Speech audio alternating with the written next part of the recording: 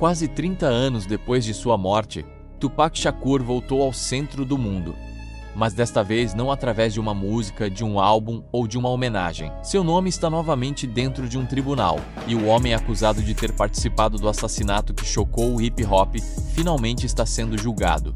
O processo de Duane Davis, mais conhecido por Kef D, começou em Las Vegas em agosto de 2026 e representa um momento histórico. É a primeira vez que alguém é levado a julgamento pelo assassinato de Tupac Shakur. Davis, hoje com 63 anos, se declarou inocente e não é acusado de ter sido o homem que abriu o gatilho. A acusação afirma que ele teria planejado e coordenado o ataque, fornecido com arma e participado da ação que terminou com Tupac baleado. Há um detalhe que torna tudo ainda mais impressionante. Grande parte da história apresentada contra Davis vem das declarações próprias que ele fez ao longo dos anos.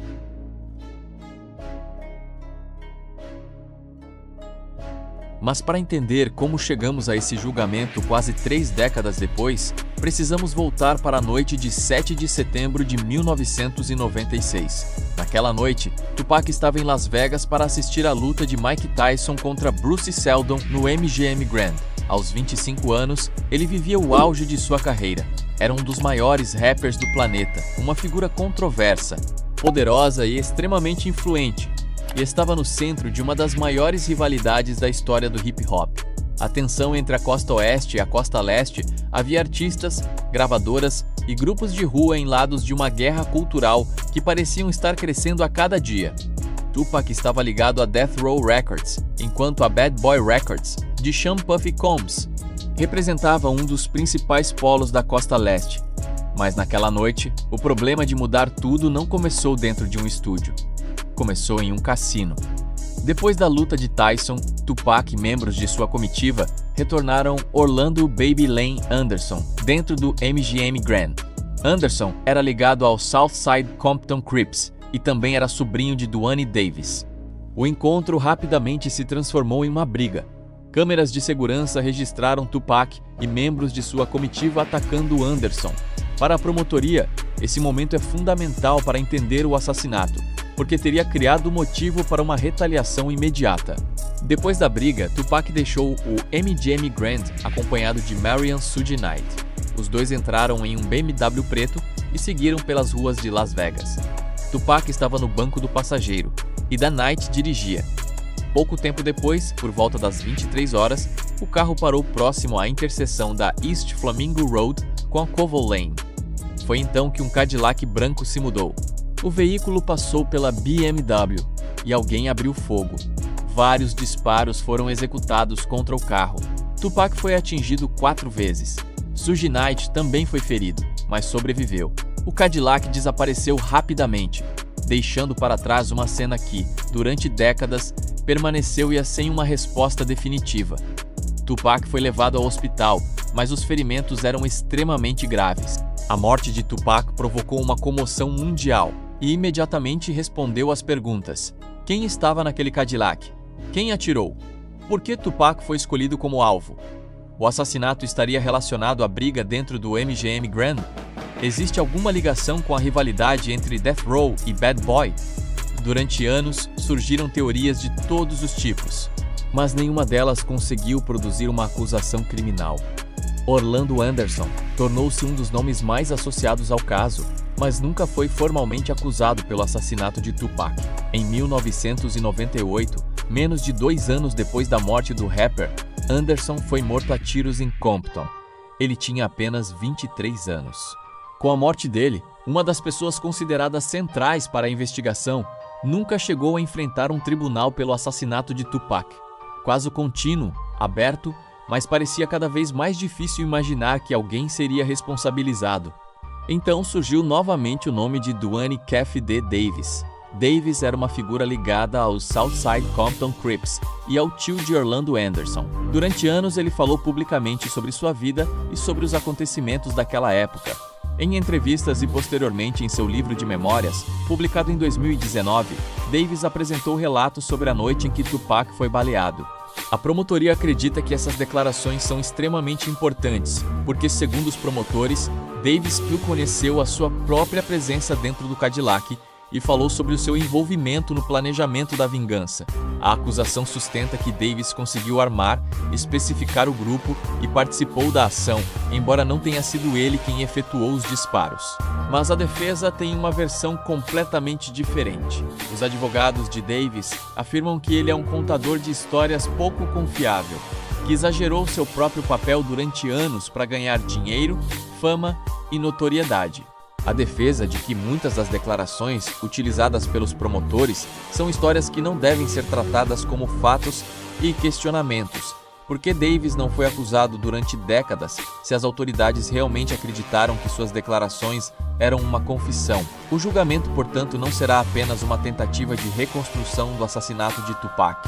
Será também uma batalha para determinar se as palavras de Davis representam conhecimento real do crime ou uma narrativa construída ao longo dos anos. A investigação ganhou uma nova dimensão em 2023, quando a polícia de Las Vegas fez uma busca relacionada ao caso. E meses depois, Davis foi preso e formalmente acusado. Ele se declarou inocente. Agora, em agosto de 2026, quase 30 anos depois daquela noite, o caso finalmente chegou ao tribunal. A promotoria apresentou aos jurados a tese de que Davis especifica o assassinato como vingança pela agressão contra Orlando Anderson. A defesa respondeu dizendo que não existem fatos suficientes para provar que Davis planejou o crime e atacou a oposição das antigas declarações do acusado. E os primeiros dias do julgamento já demonstraram como será difícil reconstruir um crime tão antigo. Algumas testemunhas demonstraram resistência em falar. Outras pessoas ligadas à época já morreram. Memórias desapareceram ou mudaram com o passar dos anos.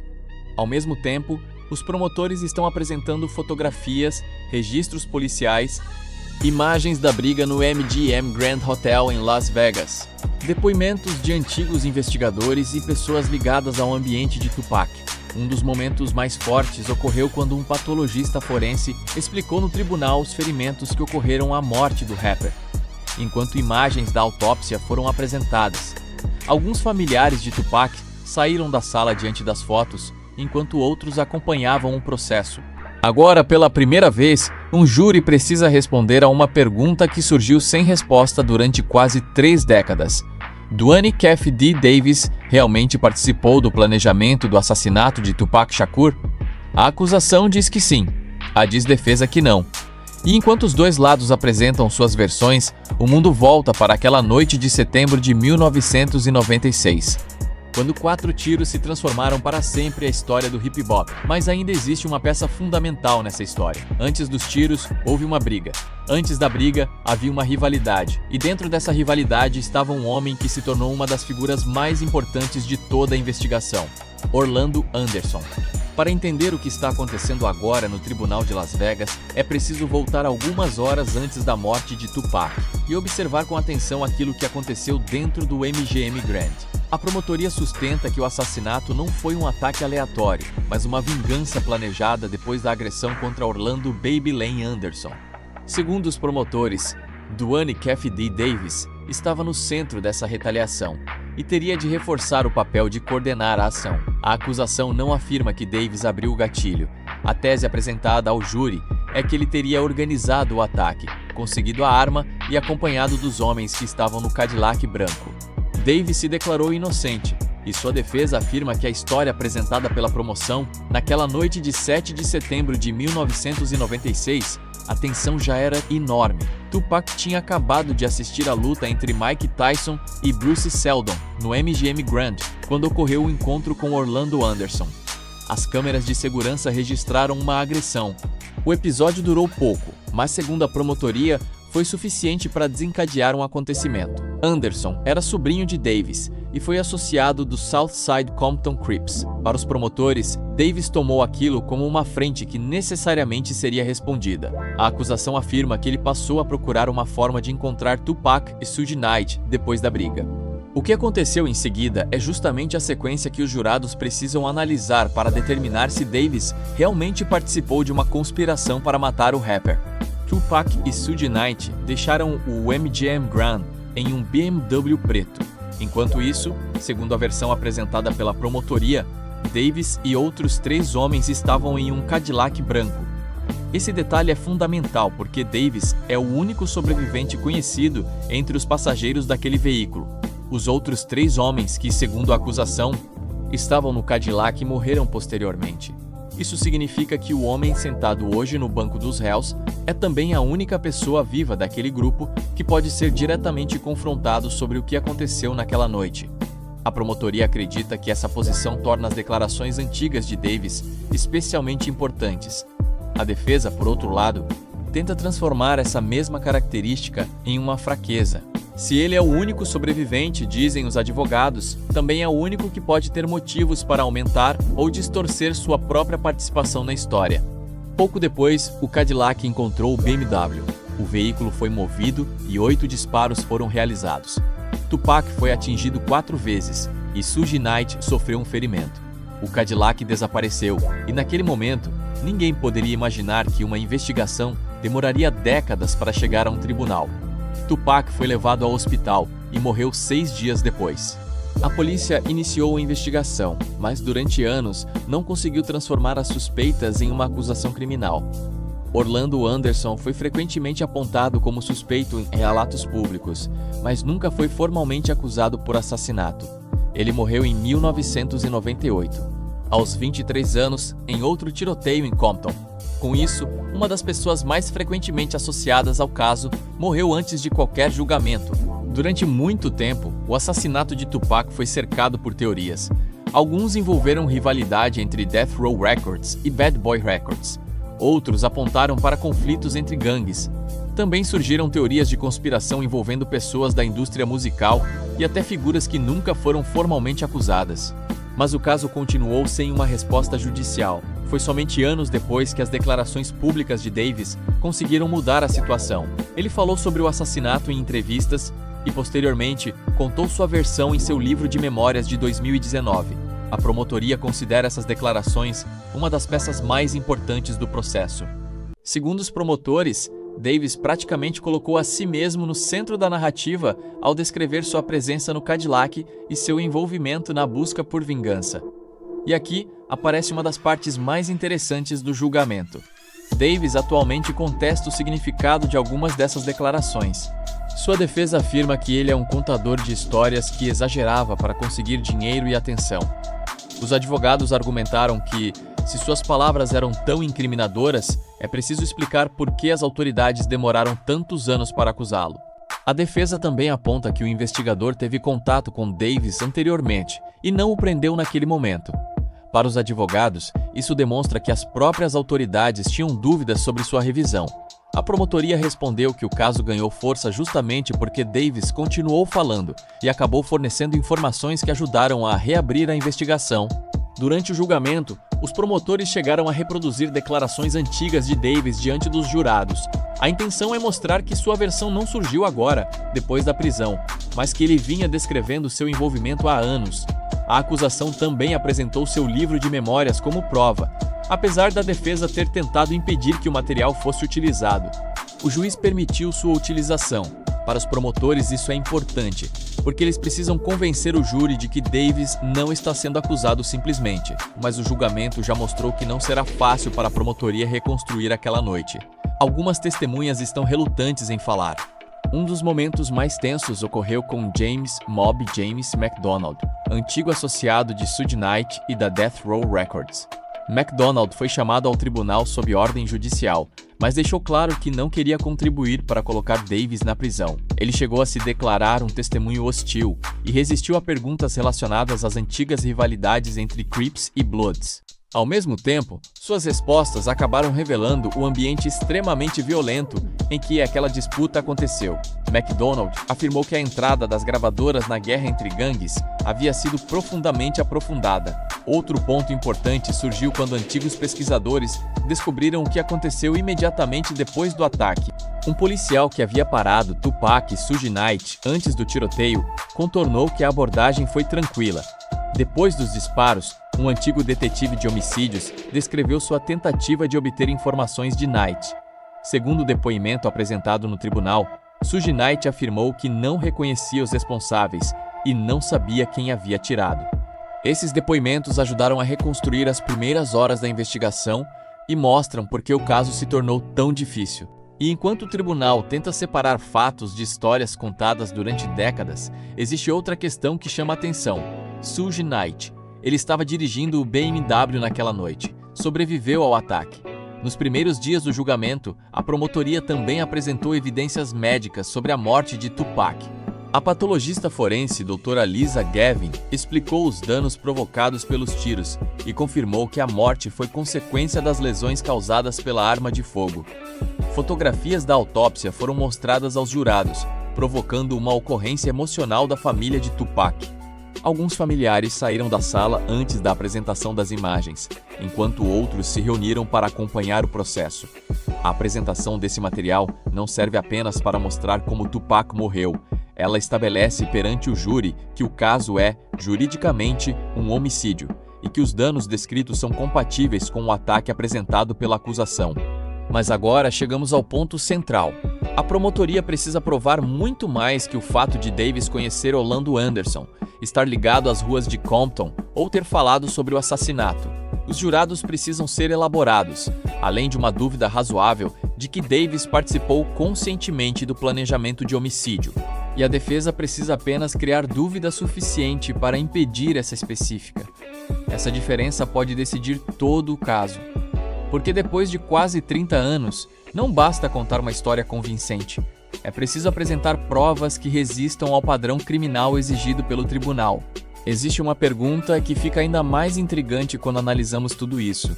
Se Davis realmente participou do planejamento, por que passou tantos anos falando publicamente sobre o assassinato? A promotoria acredita que suas próprias palavras acabaram revelando a verdade. Acredite com segurança que justamente essas palavras mostram que ele era um homem acostumado a exagerar histórias para construir uma confiança. E essa disputa entre fato e ficção pode ser o coração de todo o julgamento. Agora vemos a parte mais importante deste julgamento. Porque depois de quase 30 anos de teorias, suspeitas e versões diferentes, a justiça finalmente precisa separar aquilo que pode ser provado, aquilo que foi apenas contado ao longo do tempo. Duane Keffe Day Davis está sendo julgado por homicídio com uso de arma mortal e com alegação de envolvimento de gangue. Ele se declarou inocente e, se for condenado, poderá enfrentar prisão perpétua. A promotoria sustenta que Davis especifica o ataque contra Tupac como vingança pela agressão sofrida por seu sobrinho, Orlando Anderson, no MGM Grand. A defesa, por outro lado, insiste que a narrativa apresentada pelos promotores é baseada numa história construída e exagerada pelo próprio Davis ao longo dos anos. O julgamento começou em 17 de agosto de 2026 e, até o momento, já levou mais de uma dezena de testemunhas ao tribunal. Nos primeiros dias, os jurados ouviram policiais, antigos membros do círculo da Death Row, testemunhas que estiveram nas proximidades do tiroteio e especialistas que ajudaram a reconstruir os acontecimentos. O caso está avançando lentamente porque os acontecimentos ocorreram há quase 3 décadas e algumas testemunhas demonstram resistência em falar sobre pessoas e acontecimentos que pertencem a um passado marcado por gangues, violência e medo. Um dos depoimentos mais importantes veio de um antigo agente do FBI, Wade Lee, que trabalhou durante anos investigando gangues em South Central, Los Angeles e Watts. Lee afirmou que chegou a prender Duane Davis por tráfico de drogas no final dos anos 1990 e explicou que Davis já era uma pessoa conhecida pelas autoridades no contexto das gangues. O detalhe importante é que o agente deixou claro que sua investigação naquela época não era especificamente sobre a morte de Tupac, embora Davis fosse conhecido como uma pessoa de interesse relacionado ao ambiente que cercava o caso. Outro depoimento que chamou a atenção foi de Reggie Wright Jr., antigo responsável pela segurança da Death Row Records. Wright falou sobre o ambiente de tensão que existia entre grupos ligados às gravadoras e às ruas de Los Angeles. A promotoria chegou a questioná-lo diretamente sobre uma possível participação na morte de Tupac, e Wright respondeu que não teve absolutamente nada a ver com o assassinato. Seu depoimento é importante porque ajuda a explicar o cenário de rivalidade que existia ao redor de Tupac, mas também mostra como, durante décadas, diferentes pessoas estiveram associadas ao caso sem que isso necessariamente significasse que participavam no crime. Talvez um dos momentos mais emocionantes tenha acontecido quando o tribunal voltou a ouvir sobre os últimos momentos de Tupac. Um policial aposentado que esteve com o rapper depois do ataque relatado o que Tupac teria dito quando foi questionado sobre quem havia atirado nele. Segundo o depoimento, mesmo gravemente ferido, Tupac não concordou com os responsáveis e respondeu de maneira que indicava que ele e seu grupo resolveriam a situação. Esse detalhe é importante porque mostra que Tupac aparentemente sabia que o ataque estava relacionado a um conflito, mas não avisou às autoridades naquele momento uma identificação que pudesse solucionar o caso. O tribunal também ouviu a patologista forense Dra. Lisa Gavin, que explicou detalhadamente como as explosões atingiram Tupac. Segundo o depoimento médico, os tiros provocaram lesões graves, incluindo danos aos pulmões e ao intestino. Tupac sobreviveu durante 6 dias depois do ataque, mas acabou morrendo na consequência dos danos. As fotografias da autópsia foram apresentadas aos jurados e provocaram uma ocorrência emocional entre membros da família do rapper. Alguns familiares saíram da sala antes da apresentação das imagens, enquanto outros se reuniram para acompanhar o processo. Mas talvez a maior batalha do julgamento esteja acontecendo em torno das próprias palavras de Davis. A promotoria recebeu autorização judicial para apresentar uma entrevista policial realizada em 2008 e também utilizou declarações públicas e o livro de memórias de Davis, publicado em 2019. Os promotores querem mostrar aos jurados que ele não está sendo acusado apenas por uma investigação recente, mas que durante anos contou histórias nas quais admitiu estar dentro do Cadillac e descrevia seu envolvimento na ocorrência contra Tupac. A tentativa de defesa do inversor é completamente essa interpretação. Os advogados afirmam que Davis era conhecido por contar histórias e que tinha interesse financeiro e pessoal em aumentar sua importância nesse episódio. Segundo a defesa, suas declarações não são uma confissão confiável, mas sim uma coleção de histórias que foram mudando e sendo exageradas com o passar dos anos. Existe um argumento particularmente forte para os advogados. Davis passou muitos anos falando sobre o caso sem ser acusado formalmente. A defesa usa isso para questionar por que as autoridades que tiveram conhecimento de suas declarações anteriores demoraram tanto para transformá-lo em réu. O comportamento de algumas testemunhas também pode ser decisivo. Mob James McDonald, antigo associado de Suge Knight, foi obrigado a testemunhar e declarou claramente que não queria ajudar a acusação. Ele chegou a se declarar uma testemunha hostil e resistiu a perguntas sobre Davis e sobre as antigas disputas entre gangues. Em determinado momento, a tensão aumentou durante o interrogatório da defesa, mostrando que, quase 30 anos depois, ainda existe desconforto em falar sobre aquele período. Há outro problema enorme para a acusação. Praticamente todos os homens que, segundo o investigador, estavam no Cadillac naquela noite já morreram. Isso significa que o júri não poderá ouvir diretamente essas pessoas o que aconteceu naquele carro. Davis é o único acusado e uma das poucas pessoas ainda vivas que podem falar sobre aquela noite a partir de uma posição próxima dos acontecimentos. É exatamente por isso que seus próprios declarantes assumem tamanha importância. Também existe uma testemunha extremamente importante que não está colaborando da maneira que muitos esperavam: Suge Knight. Ele estava dirigindo o BMW quando os disparos aconteceram, sobreviveu ao ataque e conseguiu fornecer informações importantes sobre os acontecimentos daquela noite. Porém, Knight está cumprindo uma pena por um caso diferente e não demonstrou interesse em testemunhar voluntariamente. Sua ausência deixa uma lacuna significativa na descrição dos acontecimentos. Então, o que precisa acontecer para Davis ser condenado? A promotoria precisa convencer os jurados, além de uma dúvida razoável de que ele participou conscientemente do planejamento do assassinato. Não basta provar que Davis conhecia Orlando Anderson. Não basta provar que estava ligado às gangues. Não basta provar que estive em Las Vegas naquela noite. E também não basta mostrar que ele falou sobre o crime em entrevistas. Os promotores precisam conectar esses elementos de forma suficientemente forte para estabelecer sua responsabilidade criminal. A defesa, por sua vez, não precisa provar quem matou Tupac. Esse é um ponto fundamental. Os advogados de Davis precisam apenas criar uma dúvida razoável sobre a participação dele. Se o júri acreditar que existe uma possibilidade real de que as declarações de Davis sejam exageradas, que as provas não sejam suficientes ou que a investigação não tenha conseguido estabelecer sua participação, além de uma dúvida razoável, a observação não poderá ocorrer. E é justamente por isso que este julgamento é tão diferente das teorias que dominaram a internet durante décadas. Na internet, uma história convincente pode ser suficiente para conquistar milhões de pessoas. Em um tribunal, não. O júri precisa analisar evidências, depoimentos e contradições dentro de um padrão jurídico muito mais específico. Até agora, o julgamento é apenas nos primeiros dias de apresentação de testemunhas. Portanto, não existe veredicto, e qualquer afirmação de que Davis já foi considerado culpado ou inocente seria falso. O processo continua, e novas testemunhas ainda deverão ser ouvidas. A expectativa é que o julgamento se estenda por várias semanas. Depois de quase 30 anos, talvez o tribunal consiga finalmente estabelecer uma resposta jurídica para uma das mortes mais famosas da história da música. Mas existe uma diferença entre descobrir quem pode ser responsabilizado criminalmente e descobrir toda a verdade sobre aquela noite. Mesmo que Davis esteja condenado, muitas perguntas sobre Tupac continuarão existindo. Quem exatamente puxou o gatilho? O que cada homem dentro daquele Cadillac sabia? Houve outras pessoas envolvidas? E por que o caso demorou tanto tempo para chegar a um tribunal?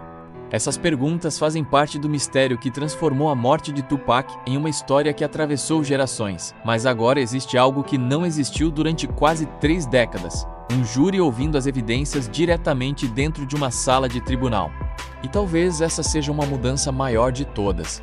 Durante anos, milhões de pessoas discutiram a morte de Tupac por meio de músicas, entrevistas, documentários e teorias. Agora, pela primeira vez, essas versões estão sendo colocadas frente a frente sob juramento. No final, caberá aos jurados decidir se a história apresentada pela promotoria é suficientemente sólida, ou se a defesa conseguirá demonstrar que existem dúvidas demais para condenar Duane Keffe D. Davis. E essa é a verdadeira razão pela qual este julgamento é histórico. Não é apenas sobre como Tupac morreu. É sobre saber se, quase 30 anos depois, a justiça ainda consegue transformar um dos maiores mistérios do hip-hop em uma resposta concreta. Se você chegou até aqui, deixe seu like, inscreva-se no canal e escreva nos comentários. Você acredita que Keffe D realmente participou do assassinato de Tupac? Ou acha que ainda existem peças importantes nesse caso que não foram reveladas?